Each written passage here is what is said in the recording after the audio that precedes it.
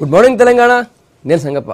ఇవాళ పేపర్లో వచ్చినటువంటి ముఖ్యమైన వార్తలు చూసినట్టయితే అన్నిట్లో కూడా నిన్న సీఎం కేసీఆర్ ప్రెస్ మీట్ పెట్టి చాలా విషయాలు మాట్లాడారు. ఒకటి, రాష్ట్ర అభివృద్ధికి కాంగ్రెస్ పార్టీ అడ్డు తగులుతుందని చెప్పి ప్రతిపక్ష పార్టీ తన పాత్ర పోషించకుండా ఒక కేసుల పిశాచిగా మారింది, తెలంగాణ పిశాచిగా మారిందని చెప్పి చాలా కాంగ్రెస్ పార్టీ పైన ఫైర్ అయ్యారు సీఎం కేసీఆర్. ఆ వార్తను అన్ని పత్రికలు తీసుకున్నాయి. దాంతోపాటు ఆయన చాలా అంశాల మీద మాట్లాడారు. కేవలం ప్రతిపక్షం ఒకటే కాకుండా రాష్ట్రం తీసుకొస్తున్న అభివృద్ధి కార్యక్రమాలు ఏమున్నాయి, అభివృద్ధి కార్యక్రమాలకి ప్రతిపక్షాలు ఎట్లా అడ్డు తగులుతున్నటువంటి విషయం చెప్పారు. తర్వాత ఎన్డీఏతో పోతారా లేదా అనే అంశంపైన కూడా కొన్ని రోజుల్లో జరుగుతున్న చర్చని ఆయన నిన్న కొట్టిపారేశారు. మేము దగ్గరగా లేము, దూరంగా లేమని చెప్పారు. ఆ తర్వాత నేరేళ్ల ఘటనపైన కూడా ఆయన మాట్లాడారు. అది అనుకోకుండా జరిగినట్టు సంఘటన, అది ప్రభుత్వానికి ఏం సంబంధం లేదు, ఏ ప్రభుత్వం అయినా దళితులపైన కానీ వేరేలపైన కానీ దాడి చేయమని చెప్తుందని చెప్పి ఆయన ప్రశ్నించారు. ఆ తర్వాత కాంగ్రెస్ జాతీయ నాయకులు మా చేస్తున్న కామెంట్ పైన కూడా అటు జయరాం రమేష్ ఇటు దిగ్విజయ్ సింగ్ పైన కూడా ఆయన ఫైర్ అయ్యారు. ఇవి ప్రధానంగా ఉన్నటువంటి అంశాలు సీఎం కేసీఆర్ ప్రెస్ మీట్లో.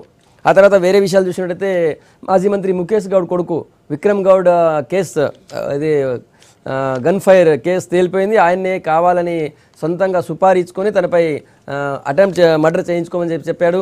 సో అది నిన్న పోలీసులు తేల్చేశారు. ఆ వార్త కూడా ఒకటి ప్రధానంగా ఉంది.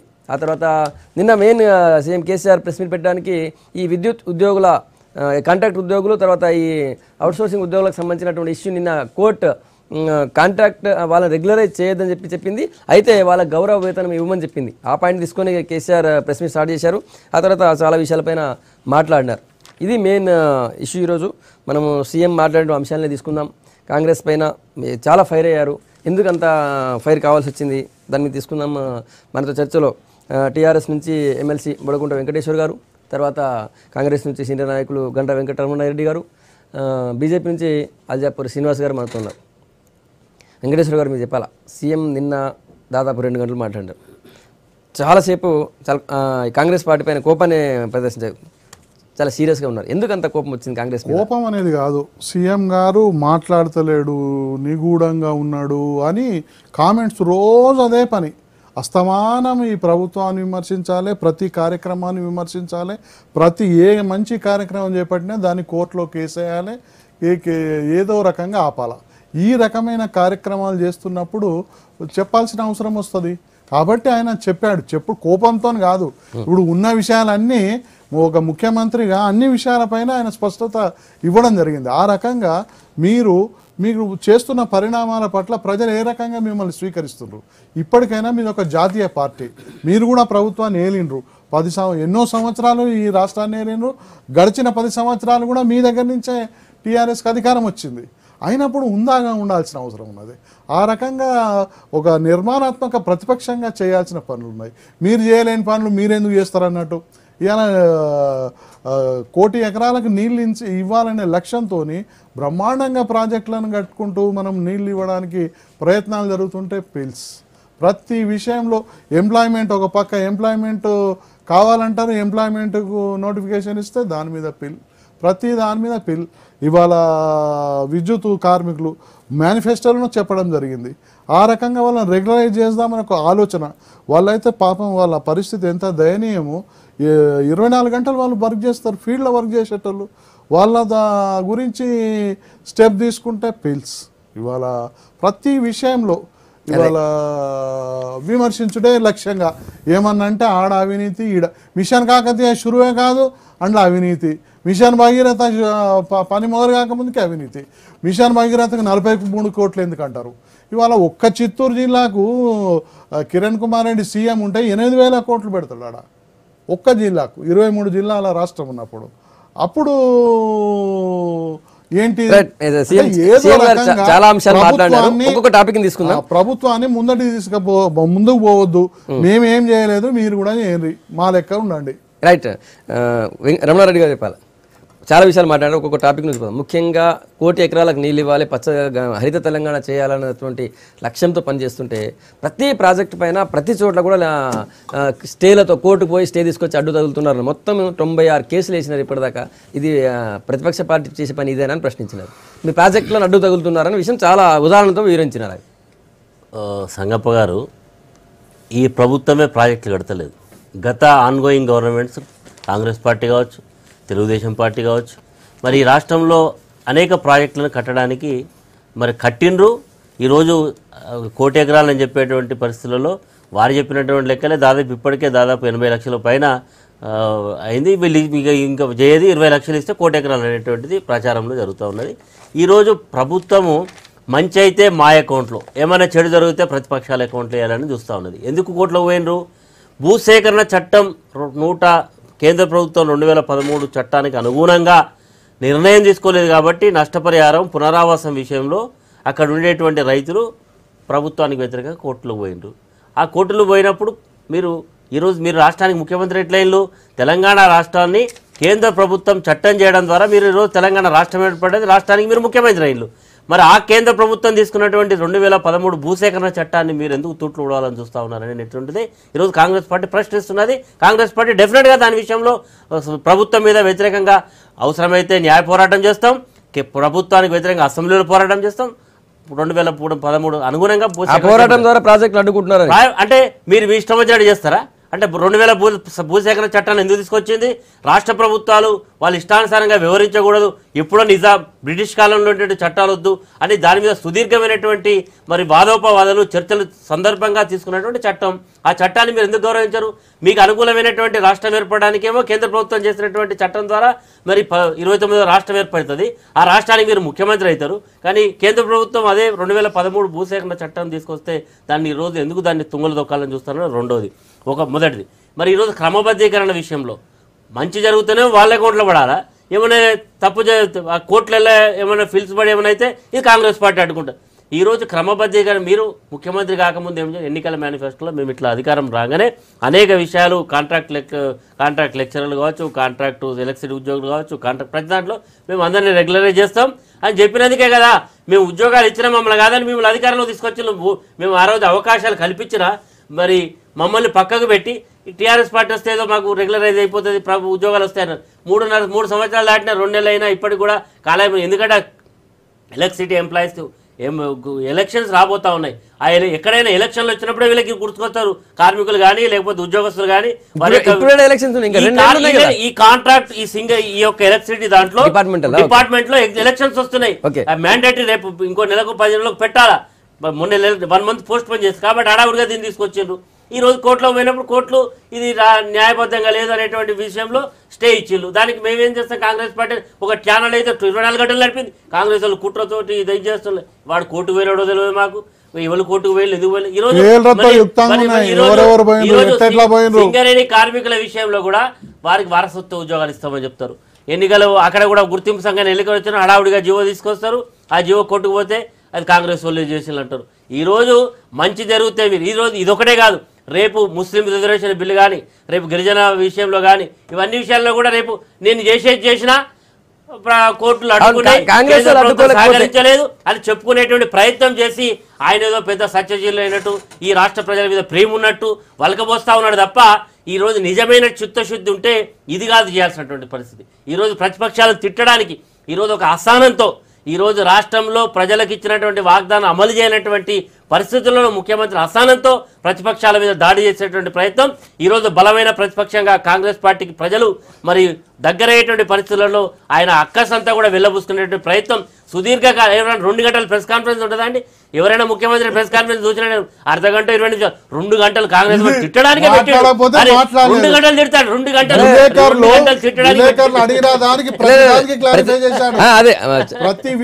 ప్రతిపక్ష పార్టీ ఉన్న కాంగ్రెస్ ఎట్లా అడ్డుకుంటుంది అభివృద్ధిని, తెలంగాణకి ఎట్లా అభివృద్ధి అడ్డుకుంటుంది అనే విషయం వివరణ ఇచ్చుకుంటూ వచ్చారని వాళ్ళు చెప్తున్నారు.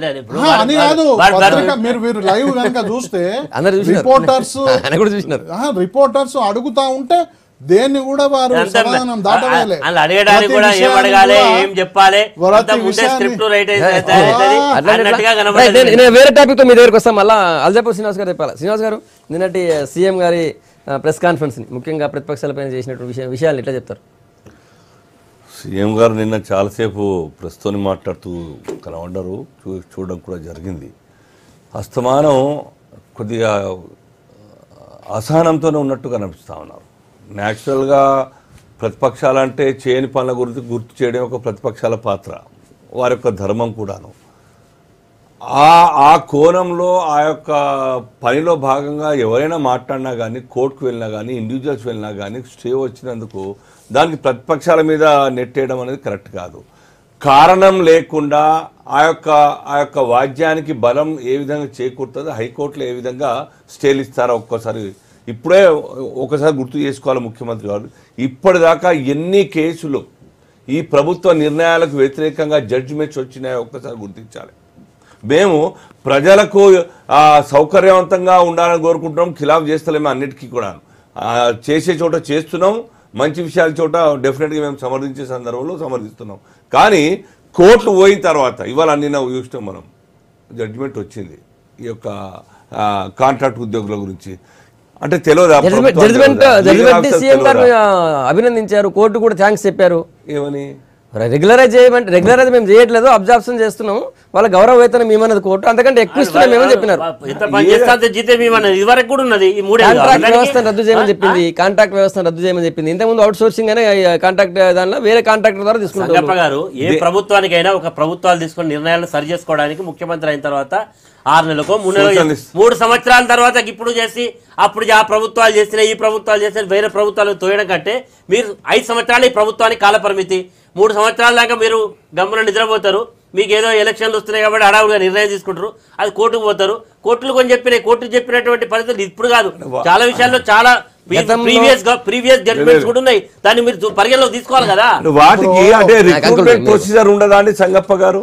దేనికైనా ఏ డిపార్ట్మెంట్ కైనా రిక్రూట్ చేయాలనుకుంటే, ఎంప్లాయ్మెంట్ ఇవ్వాలనుకుంటే ఆ డ్యూ ప్రాసెస్ ఫాలో కావాలని లేదా? తెలిసి కూడా రిక్రూట్మెంట్ పొజిషన్ ఇప్పుడు కాంట్రాక్ట్ ఎంప్లాయీస్ రెగ్యులరైజ్ చేస్తామని చెప్పి వాళ్ళు చెప్పినారు. మొత్తం చట్టం తెలియకుండా, ప్రొసీజర్ తెలియకుండా ఆ రోజు ఎలక్షన్ మేనిఫెస్టో ప్రామిస్ చేసి ఉండవచ్చు, కానీ అది చట్టపరంగా నిలబడదన్న విషయం ఈ రోజు సర్కార్కి వచ్చిన తర్వాత కూడా ఆలోచించాలి. మేము నిరుద్యోగులకు ఆ యొక్క కాంట్రాక్ట్ ఉద్యోగులకు అదే చెప్తున్నాం, మీకన్నా ముందే చెప్తున్నాం, మేము ఖిలాఫ్ కాదు. కానీ ఈ ప్రొసీజర్స్ ఫాలో కాకుండా ప్రజాస్వామ్య విలువల్ని మొత్తం తుంగలు తొక్కి ఈ సర్కారు ఇష్టారాజ్యంగా నడిపించుకుంటా అంటే చట్టాలు ఒప్పుకోవు, కోర్టులు కూడా ఒప్పుకోవు, ప్రజలు కూడా తప్పును పడతా ఉన్నారు, మరి అసహించుకుంటా ఉన్నారు. ప్రతిసారి కొట్టుకుపోవడం, మాకేమో సింపతి రావాలని చెప్పి ఆయన నిర్ణయాలు తీసుకుంటారు. వాళ్ళ మనసుకు తెలుసు కోర్టుకు పోతే ఆగుతాయని చెప్పేసి, వాళ్ళ తెలుసు, కావాలని ఆపే ప్రయత్నంలో భాగంగానే ఇవన్నీ కూడా చేస్తూ ఉంటారని ప్రజలు మాట్లాడుతున్నారు. కాబట్టి ఇదంతా కాదు, మీరు డ్యూ ప్రాసెస్ ఫాలో కండి, న్యాయం చేయండి. ఇవాళ చాలా రోజుల తర్వాత అడ్మినిస్ట్రేషన్ మీద ఫస్ట్ టైం ప్రెస్ కాన్ఫరెన్స్ అవుతారు, బహుశా 1 year అయిందో ఎక్కువైందో మాట్లాడక ఇవాళ మాట్లాడడం జరిగింది. మరి ఎన్నడైనా ప్రతిపక్షాలు ఇంతగానం మరి కోర్టుకు పోతున్నారు. గతంలో ఎప్పుడు లేనంతగా 196 కేసులు వేసినారు, పిల్లు వేసినారు. ఇప్పటిదాకా మొత్తం అభివృద్ధి పనులు అడ్డుకుంటున్నారు. కేవలం ఒక ఇరిగేషన్ మీదనే 164 కేసులు వేసినారని చెప్పి సీఎం నిన్న చెప్పారు. వాదనలో దమ్ము లేకుండా కోర్టులు ఆపిన ఇంతకాలంగా 2013 చట్టాన్ని అనుసరించి మీరు జీవో నోటిఫికేషన్ జారీ చేయడం చెప్పింది కదా కోర్టు. 123 చెల్లదని చెప్పింది కదా. దమ్ము లేకనే ఆగింది అది. ఎవరు ప్రాజెక్ట్ ఆపాలని చెప్పండి. ప్రొసీజర్ ఫాలో అయ్యి ప్రజలకు సౌకర్యంగా వారి యొక్క బెనిఫిట్స్ ఇస్తా అంటే ఎవరైనా ఒప్పుకుంటారు. కానీ ఆ చట్టాన్ని పక్కన పెట్టి చట్టం జాతనే నా యొక్క చట్టమే తెలంగాణ రాష్ట్రం చెప్పింది వేదం అని చెప్పడం మూలన 123 పక్కన పెట్టి ఇవాళ మళ్ళా హైకోర్టు, సుప్రీంకోర్టు సపోర్ట్ చేస్తా ఉన్నాయి. కాబట్టి ఇదంతా కాదు, ప్రజలకు మేలు చేయాలనే నీకు ఉద్దేశం ఉంటే మీకు డ్యూ ప్రాసెస్ ఫాలో కండి, చట్టాలను అనుసరించండి. భారతదేశం మొత్తం కలిపి ఒక దేశం, యూనియన్ ఆఫ్ స్టేట్స్. ఇది చట్టాలు అక్కడ మేజర్ చట్టాలు అన్ని అక్కడ ఉంటాయి, వాటిని ఆధారంగా చేసుకుని ఫాలో కాకపోవడం ఈ సమస్యలను మీరు అంటున్నారు. మీ ఆ ప్రతిపక్షాలు అడ్డుకుంటున్నారు ఆయన అంటారు. ఈ చర్చ కంటిన్యూ చేద్దాం. ప్రతిపక్షాలు తెలంగాణ అభివృద్ధికి అడ్డంకిగా ఉన్నాయని చెప్పి నేను సీఎం అన్నారు, దాని మీద మాట్లాడుతున్నాం. వెంకటేశ్వర గారు చెప్పండి, ఈ రెగ్యులరైజేషన్ కావచ్చు, ఇంక ఏ ప్రాసెస్ అయినా కూడా ఒక చట్ట ప్రకారం జరగట్లేదు కాబట్టి ఇవన్నీ అడ్డం పడుతున్నాయి, కోర్టు కూడా అది కొట్టేస్తున్నాయి, అది మీకు తెలిసి కూడా చేస్తున్నారని చెప్పి ఇంతకుముందు అల్జాపూర్ శ్రీనివాస్ గారు అన్నారు. అన్నీ తప్పుడు ముచ్చట్లు. ఎందుకంటే ఇవాళ ప్రతిపక్షాలకు ఎట్లయిపోయినాయి అంటే, ఇప్పుడు ఏ ప్రభుత్వానికి కానీ ఒక ఎన్నికలే మెయిన్గా చూస్తాం. ఇప్పుడు ఈ తెలంగాణ ప్రభుత్వం ఏర్పడ్డ తర్వాత ఎన్ని ఎన్నికలు వచ్చినా కూడా కలిసి పోటీ చేస్తున్నాయి అన్ని ప్రతిపక్షాలు కూడా. కాంగ్రెస్, తెలుగుదేశం కూడా కలిసి పోటీ చేస్తున్నాయి. అప్పటికైనా వీళ్లకు తెలుస్తలేదు ఏ రకంగా ప్రజలలో కేసీఆర్ చేసిన కార్యక్రమాలు ఉన్నాయి. ఇవాళ భారతదేశంలో 29వ రాష్ట్రంలో ఇవాళ సంక్షేమంలో 40,000 కోట్లు ఖర్చు చేస్తున్న రాష్ట్రం ఏదన్నా ఉన్నదా అని నేను అడుగుతా ఉన్నా. ఇవాళ మా పెన్షన్ తీసుకోండి 200 నుంచి 1000, అదేవిధంగా 1500, అదేవిధంగా ఒంటరి మహిళలకు పెన్షన్, బీడీ కార్మికులకు పెన్షన్, ఏ రకంగా ఇవాళ రూపాయి కిలో బియ్యం, ఇవాళ పెద్ద ఎత్తున స్కాలర్షిప్స్ ఇవ్వడం జరుగుతూ ఉంది. ఈ రకంగా ప్రతి ఒక్కటి చేసుకుంటూ మళ్ళీ అభివృద్ధి, ఇవాళ ఇరిగేషన్కు పెద్దపీట వేసి మన బడ్జెట్లో 50,000 కోట్లు ఉంటే 25,000 కోట్లు పెట్టి ఇవాళ పనులు చేస్తున్నాం. ఇవాళ మహబూబ్ నగర్ ఎలాగా మార్చడం జరుగుతూ ఉంది, ఏ రకంగా ఇవ్వడం జరుగుతుంది. ఇవాళ మా జనగామ నియోజకవర్గం చూడండి, కరువు ప్రాంతం, వెంకటరామరెడ్డి సాబ్ బాగా తెలుసు. అటువంటి కరువు ప్రాంతంలో చెరువులు అని నింపితే బ్రహ్మాండమైన పంట పండిందండి మా దగ్గర. ఎన్నడూ పండదు, మేము 30 సంవత్సరాల నుంచి చూడలే. అలాంటి పని ఇరిగేషన్లో దేవతలకెళ్ళి నీళ్ళు తీసుకొచ్చి చెరువులను నింపి మా ఒక జనగామే కాదు, పాలకుర్తి కానీ మన స్టేషన్ గన్పూర్ కానీ ఇదంతా కరువు ప్రాంతం. అలాంటి ప్రాంతాలలో కూడా బ్రహ్మాండమైన పనులు చేస్తారు. ఇలాంటి పనులు వీళ్ళ అధికారంలో ఉన్నప్పుడు కూడా అది ఉన్నది. కానీ స్వయంగా పొన్నాల లక్ష్మి అయినా ఇరిగేషన్ శాఖ మంత్రి, ఆయన నియోజకవర్గమే జనగాం, కానీ ఆయన చేయలేదు. కానీ ఇలా మనసున్న ముఖ్యమంత్రి కేసీఆర్ గారు కాబట్టి వారికి కూడా తెలుసు ఆ ప్రాంతం సిద్దిపేట పక్కనే ఉంటుంది కాబట్టి తక్షణమే వాటి చెరువులని నింపే విధంగా జీవోలు ఇచ్చి ఇవాళ బ్రహ్మాండంగా నీళ్ళు. ఇప్పుడు కూడా వర్షాలు లేవు, మీరు ఆలోచించాలి. వర్షాలు లేకున్నా కూడా పంపింగ్ చేసి ఇవాళ ధర్మసాగర్కు నీళ్ళు తీసుకొచ్చారు. ధర్మసాగర్ నుంచి బొమ్మకూరు, అదేవిధంగా తపస్పల్లికి ఇప్పుడు నీళ్ళు వస్తా ఉన్నాయి. ఈ వస్తా ఉంటే ఏంటంటే ఈ రకంగా మీరు సమయం ఇస్తలేరు. విపరీతంగా విమర్శలు చేస్తారు. ఇవాళ ప్రభుత్వం ఏ అంశంలో తీసుకోండి ఇవాళ ముందున్నది. ఇవాళ బిజినెస్లో ఇవాళ మంచి ఒక పాలసీ తీసుకొచ్చి, ఇండస్ట్రియల్ పాలసీ తీసుకొచ్చి పెద్ద ఎత్తున ఇవాళ ఇండస్ట్రీస్ తీసుకొస్తున్నాం. అదేవిధంగా ఎంప్లాయ్మెంట్ కల్పించడం జరుగుతూ ఉంది. ప్రైవేట్ రంగంలో ప్రభుత్వం నోటిఫికేషన్స్ ఇస్తా ఉంటే కోట్ల కేసులు పోతా ఉన్నారు. ఒక పక్క విమర్శలు. ప్రాజెక్టుల గురించి పోదాం. 1,00,00,000 ఎకరాలు అన్నారు, అది మీరు అడ్డుకుంటున్నారు అన్నారు. ఎగ్జాంపుల్ చెప్పారు, ఎట్లా చేస్తున్నామా ప్రయత్నాలు, ఎట్లా సక్సెస్ అవుతున్నాయి, ఎట్లా గ్రీనరీ వస్తుందని చెప్పి ఆయన ఎగ్జాంపుల్ చెప్పారు. మీ జిల్లాకు సంబంధించి మీరు చెప్పండి, మీరు ఎందుకు అడ్డుకుంటున్నారు? ఇప్పుడు దేవాదాల ప్రాజెక్టు గతంలో మా అన్న తెలుగుదేశం ఉన్నప్పుడు చంద్రబాబు నాయుడు గారు ఆ రోజు టీఆర్ఎస్ పార్టీ పెట్టడం, తెలంగాణ ఉద్యమం వచ్చినప్పుడు హెలికాప్టర్లు వేసి శిలాబాలకం వేసి చంద్రబాబు నాయుడు ఉన్న 3 ఏళ్లలో ఒక్క చెంచా మట్టి తీయపోయినా తర్వాత వచ్చినటువంటి కాంగ్రెస్ గవర్నమెంటే దేవాదాల ఎత్తిపోతల పథకంలో ఈరోజు వారు చెప్పినటువంటి బొమ్మకూరు కానీ లేకపోతే తపాస్పల్లి వరకు కూడా ఆ రోజు పంపింగ్ ద్వారా ప్రయత్నం చేసిన ఈరోజు వచ్చినటువంటి ప్రభుత్వం దాన్ని చెరువు నింపడానికి చేస్తుంది. దాన్ని ఈరోజు ఇప్పుడు ప్రాజెక్టు కట్టింది ఎవరు, ప్రాజెక్టు ఎవరున్నప్పుడు కట్టిళ్ళు? కాంతనపల్లి ప్రాజెక్టు నిజంగా ఆ రోజే కాంగ్రెస్ పార్టీ మొదలుపెట్టిన దాన్ని ఈ రోజు ప్రభుత్వం రీడిజైన్ పేరు మీద ఆపకపోతే కాంతనపల్లి అయి ఉంటే నిజంగా చెప్పాలంటే టెండర్స్ ప్రాసెస్ పూర్తయిన తర్వాత పనులు పెట్టి దాదాపు 23 కోట్ల కాంట్రాక్టర్ పేమెంట్ అయిన తర్వాత ఈ గవర్నమెంట్ చాపింది.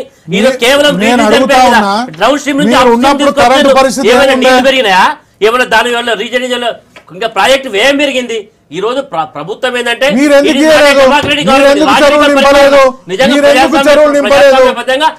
కాంగ్రెస్ పార్టీ ఉన్నప్పుడు ప్రాజెక్టుల దగ్గర చర్చలు పెట్టినాం, బహిరంగ చర్చ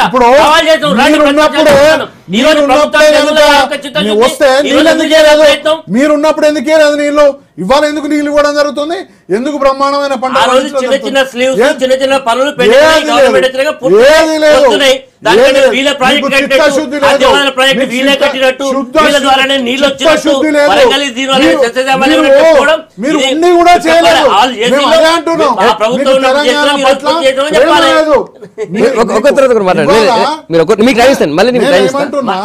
ఒకటే చెప్తున్నా, మీరు చిత్తశుద్ధి లేదు కాబట్టి మీరు నీళ్ళు ఇవ్వలేదు. నిన్న ప్రధానంగా నిన్న సీఎం మాట్లాడిన దాంట్లో ప్రధానంగా కాంగ్రెస్ పార్టీ వైఖరి వల్ల చాలా అంశాలు ఒక్కొక్కటి దాన్ని తీసుకొస్తాం. కాంగ్రెస్ పార్టీ అవలంబిస్తున్న విధానం వల్ల 1,00,000 మంది గోసపడుతున్నారు. నిరుద్యోగులు, కాంట్రాక్ట్ కార్మికులు కావచ్చు, అవుట్ సోర్సింగ్ కార్మికులు 1,00,000 మంది గోస మీరెందుకు పోసుకుంటారు? మేము ఎవరి గోస పెట్టుకోవడం లేదు. మేము ఒకటే డిమాండ్ చేస్తున్నాం, ఎన్నికల్లో మీరు గెలవడానికి ప్రజలకు ఇచ్చిన వాగ్దానం, నిరుద్యోగ యువకులకు ఇచ్చిన వాగ్దానం, ఈరోజు రాష్ట్రంలో ఉండేటువంటి అన్ని ఉద్యోగాలను మేము వచ్చిన తర్వాత తొందరగా పూర్తి చేస్తామన్నారు. ఉదాహరణ రెగ్యులరైజ్ వ్యతిరేకం కాదు, ఇచ్చిన హామీలు అమలు చేయమని మీరు ఈ రోజు ప్రభుత్వాన్ని డిమాండ్ చేస్తున్నారు. ఉదాహరణకు చెప్తున్నా, సబ్ ఇన్స్పెక్టర్ పోస్టుల విషయంలో ఉద్యోగాలకు ఎగ్జామ్ రాసిళ్ళు దాదాపు 9 నెలలు అయిందండి. ఎందుకు పెట్టారండి? ఈ రోజు నేను ప్రభుత్వాన్ని డిమాండ్ చేస్తున్నా, నిజంగా మీకు చిత్తశుద్ధి ఉంటే ఆ సబ్ ఇన్స్పెక్టర్ యొక్క ఉద్యోగం అడ్డుకుంటారు, అక్కడేమో ఇవ్వలేదు అడుగుతారు. ఎందుకు అడుగుంటే మేము ఎందుకు అడుగుతాం? ఈ రోజు అంటే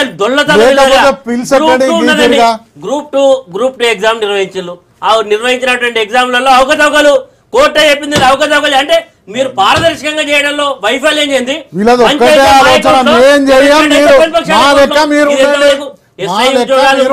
ఉద్యోగాల విషయంలో డిఎస్సి పెడతామని ఎన్నిసార్లు చెప్తారని 3 ఏళ్ళని చెప్తున్నారు. ఒక 20-30 సార్లు స్టేట్మెంట్ ఇచ్చారు. డిఎస్సి నెలకు పెడతాం, 3 నెలలకు పెడతాం, 6 నెలలకు పెడతాం, పెడుతూనే ఉన్నారు. ఇప్పటిదాకా ప్రాసెస్ పూర్తి కాలేదు. ఈ రోజు అదేవిధంగా చాలా ఉద్యోగాల విషయంలో అన్ని ఒకసారి లా డిపార్ట్మెంట్ ఉంటుంది, ఏ డిపార్ట్మెంట్ అయినా ఒక నిర్ణయం తీసుకోవాలి. తెలంగాణ పిఎస్సి పోయేటప్పుడు కానీ లేకపోతే ఏ డిపార్ట్మెంట్ అవన్నీ చూసుకోవాలి. అవి ప్రశ్నించండి, అవి అడగండి. కానీ 1,00,000 మందికి రెగ్యులరైజ్ చేసే వాళ్ళ అటువంటి ప్రాసెస్ ని మీరు కోర్టుకు పోయి అడ్డుకుంటున్నారు, మీ వాళ్ళు అడ్డుకుంటున్నారు. ప్రతిపక్ష పార్టీగా మేము ప్రభుత్వ నిర్ణయాలలో ఈ రోజు నిరుద్యోగ యువకులకు ఉద్యోగ అవకాశాలు కల్పేయమని, ఈ రోజు రాష్ట్రంలో ఉండేటువంటి ఎక్కడ ఖాళీలు ఉంటే వాటిని తక్షణమే పూర్తి చేయమని అనేక సందర్భాల్లో కోరుతున్నాం. ఈ పాయింట్ మీరు ఇవి పూర్తి చేయడంలో మీకు చిత్తశుద్ధి లేదు, మీకు సంకల్పం లేదు, కేవలం రాజకీయ దురుద్దేశం. మేము చేతులు కట్టుకొని 10 సంవత్సరాలు కూర్చున్నాం, ఎక్కడ కనబడితే అక్కడ దోసుక తిన్నాం. మీరు అలాగా చెయ్యండి, తెలంగాణ వచ్చినాక ఎందుకు బాగు చేస్తారు మీరు? మా అనే దృక్పథం తప్ప వేరే ఆలోచన లేదు. అందుకే మీరు చెప్తానే ఉన్నారు జిహెచ్ఎంసీ ఎన్నికలు ఏమైంది, ఇక అయిపోయింది కేసీఆర్ పని. ఈవెన్ సార్ నేను ఒకటి అడుగుతా, ఒక సంగప ఇలా పాలేరు ఉంటుంది, వాళ్ళ మాజీ మంత్రి ఆయన చనిపోతే కూడా మీరు ఆ సీట్ గెలవలేకపోయారు. నారాయణ ఖేడ్ ఉంది అంటే నేను చాలా ఉన్నాయి, ఇంకా ఎందుకు గెలవలేకపోయినారు? వీళ్ళకి హైదరాబాద్లో ఒక స్థానం లేదు, వీళ్ళు జిహెచ్ఎంసీలో ఏం గెలుస్తున్నారు? ఇలా సింగిల్ డిజిట్ 2 సీట్లతో మీరున్నారు.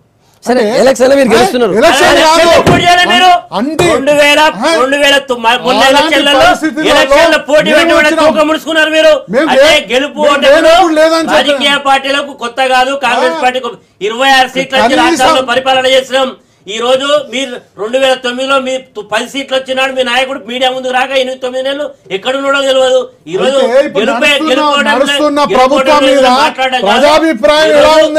రోజు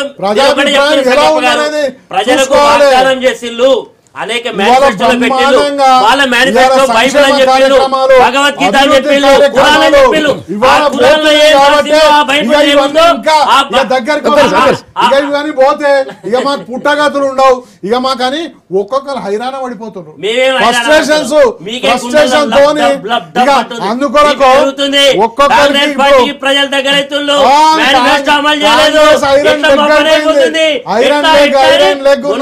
కేటీఆర్ ఇప్పుడు కేసీఆర్ ఇప్పుడు ఇంకా నాయకులందరికీ కూడా భయం పట్టుకుంది, ఒక ఫోబియాలో ఉన్నారు. కాంగ్రెస్ అంటే ఈ రోజు టిఆర్ఎస్ పార్టీ ఎదురుదాడితో భయం. కాంగ్రెస్ అంటే పిశాచి అంటున్నారు, కాంగ్రెస్ అంటే మీరు పిశాచనన్నా దయ్యమనన్నా లేకపోతే సైతానన్నా ప్రజలు నిర్ణయం చేస్తారు. 2019లో ఈ ప్రభుత్వానికి ఏం చేయాలి, ఏ రకంగా చేయాలి, ఈ రోజు మాటల చేస్తూనే ఉన్నారు. ఈ రాష్ట్రంలో చేస్తూనే ఉన్నారు, ఈ రాష్ట్రంలో చేసిపోతారు. ఇక ఉన్న సీట్లు కూడా చెప్తున్నా, ఎందుకు ఈ రోజు మీరు ఏది చేస్తే అది చూస్తూ ఊరుకోవడానికి ఈ ప్రభుత్వం నిర్మాత్మకమైన ప్రతి విషయం మీరు కూడా అధికారంలో ఉన్నారు, నేషనల్ పార్టీ ఉన్నది, మీరు మంచి సులాలు చేయాలి కానీ ఎంతసేపు విమర్శించాలా ప్రతి దాంట్లో కోట్ల కేసులు 196 కేసులు ఏ రాష్ట్ర ప్రభుత్వం మీద 196 కేసులు. నిన్న ఇసుక విషయంలో అక్కడ దళితులు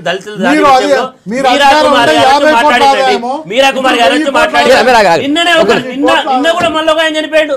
రోజు ఒకరు వస్తున్నారా, లారీలకు నియంత్రణ లేదు, ఓవర్ స్పీడ్ ఓవర్లోడ్ ఇష్టానుసారంగా పోతుంటే ప్రజలు చచ్చిపోతామంటే ఆడ ప్రజలు రియాక్ట్ అయ్యి వాళ్ళు చేస్తే దాన్ని విపరీతంగా కొట్టడం. దళితులంటే ఎవరికి వ్యతిరేకలు ముసలి కన్నీరు.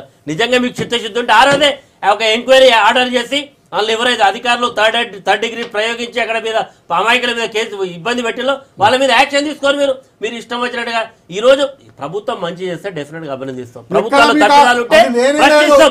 ఖచ్చితంగా మా నాయకుడు జానారెడ్డి గారు కొన్ని విషయాలలో ప్రభుత్వం చేసినటువంటి చర్యలు అభినందించారు. ప్రతిపక్ష పార్టీలను విమర్శిస్తాను. నిన్న నేరల ఇష్యూ మీద సీఎం గారు మాట్లాడారు. అక్కడ ఏ సీఎం అన్నా కావాలని కొడతారా, ఏ ప్రభుత్వం అయినా సరే దళితుల్లో లేకపోతే వాళ్ళు కొట్టమని చెప్తుందా? అక్కడ జరిగినటువంటి ఇష్యూని లా అండ్ ఆర్డర్ పరిస్థితిని చూసి అక్కడ పోలీసులు నిర్ణయం తీసుకున్నారు. మాకేం సంబంధం అంటున్నారు. కొట్టిన తర్వాత పోలీసుల మీద యాక్షన్ తీసుకోవాలి కదా సర్కార్, ఎందుకు తీసుకోలేదు ఇప్పటిదాకా? ఉన్నారు అంటే పైశాచికంగా మ్యాన్ హ్యాండిల్ చేసి ఆ యొక్క కాలిపోయేలాగా చర్మం ముంచిపోయి బయటకు కనబడుతుంటే వాళ్ళ మీద పోలీసుల మీద ఎందుకు యాక్షన్ తీసుకోలేదు? ఇది దానికి జవాబు చెప్పాలా?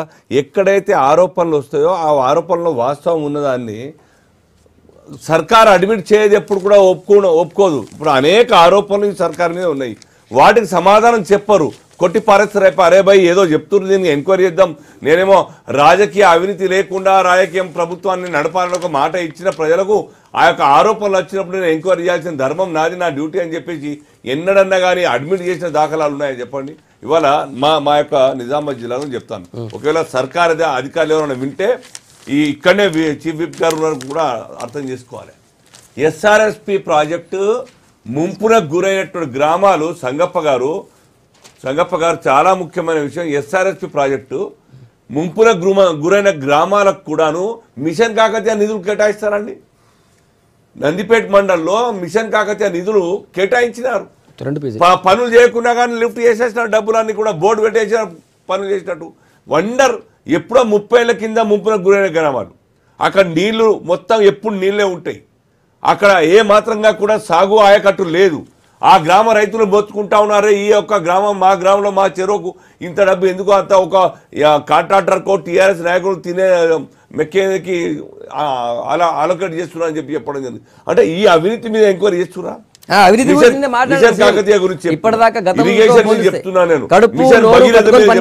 కావాలని ఆధారాలు లేకుండా ఆరోపణలు నిజామాబాద్ జిల్లాలో మా ఎస్ఆర్ఎస్ ప్రాజెక్ట్ ప్రభుత్వం దృష్టి తీసుకుపోయినారా? నేను చెప్తున్నా, ప్రభుత్వం దగ్గర తీసుకుపోయినావు, పేపర్లకు వచ్చినాయి, టీవీలో వచ్చినాయి. వెంకటేశ్వర గారు చూడండి, ఎంక్వైరీ చేయండి. అవినీతి జరుగుతుంది. ఇప్పుడు రాజకీయాల్లో ఉన్నాను. ఎక్కడైతే అవినీతి జరిగిందంటే ప్రూఫ్స్ ఇవ్వాలి, యాక్షన్ తీసుకోవడానికి సిద్ధంగా. ఎంతో వరంగల్ జిల్లాలో 2-3 తావులలో ఏలను డీలను సస్పెండ్ చేయడం జరిగింది. రండి మా జిల్లాకు రండి. మరి మీరు ఎన్ని గ్రామాల్లో కోట్ల రూపాయలు ఎవరు కూడా ఇవాళ mission Kakatiya commission Kakatiya mission commission Kakatiya అధికారులు చూస్తా ఉంటే పంపండి, ఆ గ్రామాల్లో టూర్ చేయండి. ఆ యొక్క సబ్మర్జ్డ్ విలేజ్ లో ఆయకట్టు లేకున్నా గానీ 10 ఎకరాలు 20 ఎకరాలు చూయించి కోట్ల రూపాయలు మంజూరు చేసినారా లేదా, సెకండ్ ఫేజ్ థర్డ్ ఫేజ్ ఈ యొక్క మిషన్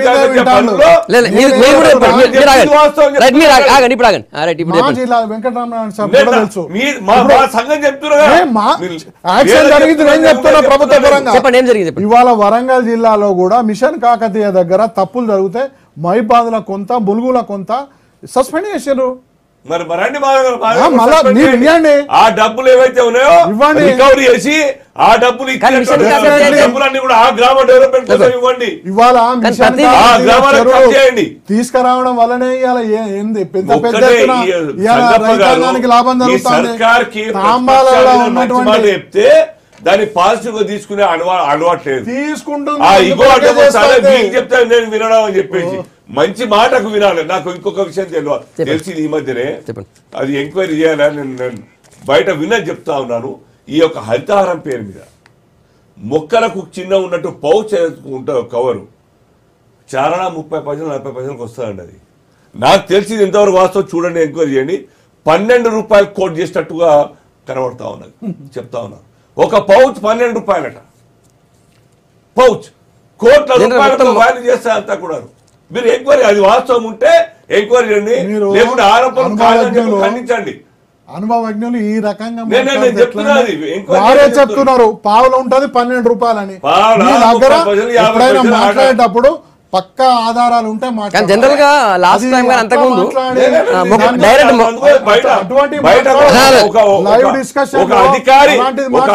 చెప్పిన విషయం నేను చెప్తున్నాను. ఎన్ని మొక్కలు మంత్రులకు నోటీసు లేకపోవచ్చు, కానీ అది మంత్రులు ముఖ్యమంత్రులు కన్ను కప్పి అంత దారుణం జరుగుతుంది అంటున్నారు మరి ఆయన.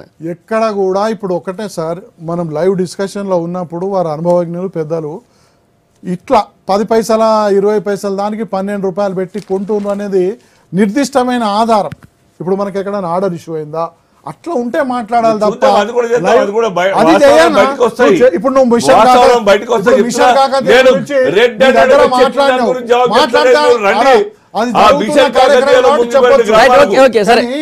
ఇలాంటి దాని మీద అట్లా ప్రభుత్వం మీద బట్టగాచి మీరు చేసినట్టు ఇది తప్పు. ఇట్లా మాట్లాడవద్దు. రూపాయలు ఇది వాస్తవం. బిల్స్ అని లేపుకున్నారు. First and second phase. ఇవాళ ఎన్ని ఆరోపణలు చేస్తాను మీ బీజేపీ ప్రభుత్వం మీద, కేంద్రంలో కానీ రాష్ట్రాలు కానీ. ఆయన ఎవరో పాదయాత్ర చేస్తాడు, అది దిగ్విజయ్ మహారాష్ట్రలో ఎటువంటి ఘోరమైన తప్పిదాలు జరుగుతుంటారు. ఇప్పుడు అది నిర్ధారణకు రావాలి. సిద్ధంగా ఉన్నా మా జిల్లాకు రండి, పంపండి, మీ ప్రతినిధులు పంపండి, ఇవ్వండి.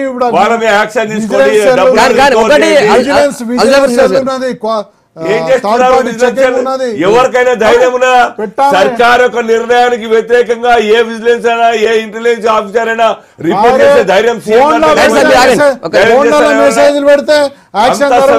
ఎంత బాగుంది. ఒకటైతే ఇన్ని రోజులు మిషన్ కాకతే ఆన్లైన్ లో మొత్తం ప్రతిదీ కోట్ చేసినారు. కరెక్టే సంగప్ప గారు, మరి బిల్లు చేసినారు. నేను చెప్తున్నా ఎస్ఆర్ఎస్ మునిపల్లి గ్రామాలవన్నీ కూడాను మునిపల్లి ఎప్పుడో అక్కడ ఆయకట్టు లేదు, అక్కడ నీళ్ళు అవసరం. మొత్తం ఎప్పుడు నీళ్ళే ఉంటాయి. వాటి చిన్నులు పడితే ప్రతి చెరువుకు జియో ట్యాగింగ్ 50 లక్షలు 40 లక్షలు 30 లక్షలు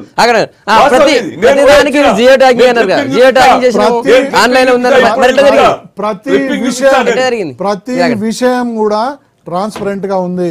ప్రతి విషయం కూడా ఎక్కడ పడితే అక్కడ చూసుకునే ఏర్పాట్లు ఈ ప్రభుత్వం చేస్తా ఉంది. ఎందుకంటే ఇలాంటి ఆరోపణలు వస్తాయి. అది షురు కాక ముందుకే ఆరోపణలు చేశారు.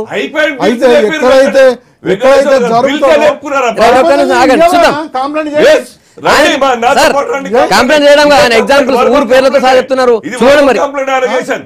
మీరు అధికార పార్టీ ఎమ్మెల్సీ ఉన్నారు, ఆయన అదే ఆరోపణలు ఊరికి కాదు ఆధారాలు.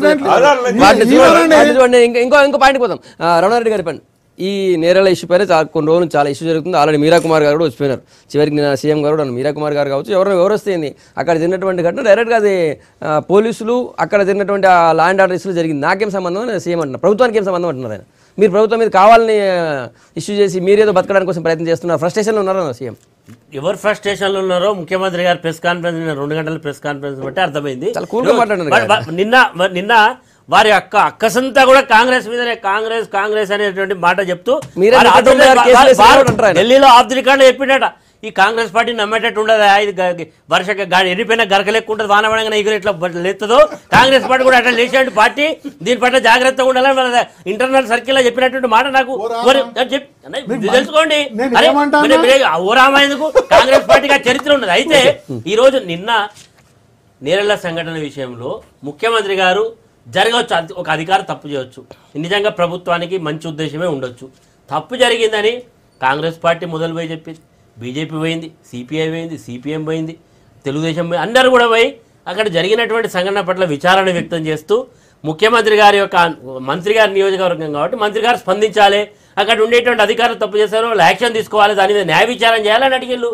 నిజంగా ప్రభుత్వానికి చిత్తశుద్ధి ఉంటే ఒక సీనియర్ ఐపీఎస్ ఆఫీసర్ లేకపోతే ఒక రిటైర్డ్ జడ్జితో ఎవరితోటైనా విచారణ చేసి అలాంటి అధికారుల మీద కనుక చర్య తీసుకుంటే మీ ప్రభుత్వానికి చిత్తశుద్ధిని ఎవరు కూడా మరి అనుమానించే పరిస్థితి ఉండదు. ఇంత జరుగుతూ ఉంటే కూడా ఈ ప్రతిపక్షాలు పోయించినటువంటి ప్రతిపక్షాల మీద ఎదురుదాడి చేయటువంటి పరిస్థితి, ఇది మంచి పద్ధతి కాదు. నిజంగా నిన్న జరిగినటువంటి ప్రెస్ కాన్ఫరెన్స్ యొక్క సారాంశం ఏంటంటే ఈ ప్రభుత్వం ఎన్నికల హామీని అమలు చేయలేదు కాబట్టి, ప్రజలకు ఇచ్చినటువంటి వాగ్దానం అమలు చేయలేకుండా ఉండదు కాబట్టి ప్రతిపక్షాలను తిట్టాలి. 2 బెడ్రూమ్లు ఇల్లు ఇవ్వకుండా, 3 ఎకరాల భూమి ఇవ్వకుండా, చదువుకునే నిరుద్యోగులకు ఉద్యోగ అవకాశాలు ఇవ్వకుండా, రైతు రుణమాఫీ చేయకుండా, రైతులను ఆదుకోకుండా, ఇన్ని రకాలుగా ఇవి ఏమి చేయకుండా మరి ఉన్నావు కాబట్టి కాంగ్రెస్ పార్టీని తిడదాం, ప్రతిపక్షాలను తిడితే మా రాజకీయ పబ్బం గడుపుతుంది అనేటువంటి పద్ధతిలో ప్రభుత్వం ఎదురుదాడి చేస్తా ఉన్నా తప్ప నిజంగా చిత్తశుద్ధి ఎవరు ప్రాజెక్టులు కట్టండి, ప్రాజెక్టులు కట్టమని చెప్తా ఉన్నాం, ప్రాజెక్టులు అవినీతి వద్దని చెప్తున్నాం, 123G అవసరం లేదు, 2013 భూసేకరణ అనుగుణంగా కూడా మనకు పరిహారం ఇవ్వమని చెప్తా ఉన్నాం.